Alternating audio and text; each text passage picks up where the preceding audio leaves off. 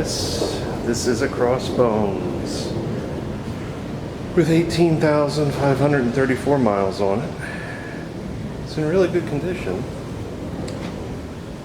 It was originally purchased here. It's been serviced by us over the years. It's going to go through the service department. It does need a rear tire, so this one's a little worn.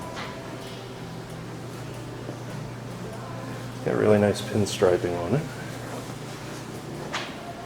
You don't see too many of these around anymore, so this is your chance to own an interesting bike in the Harley-Davidson lineup.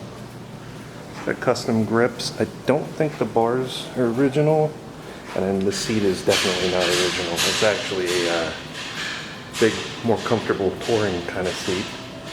Of course, it's got the Cool Springer front end, and it's in really good shape. But if you're looking for a unique bike, this is definitely one of them.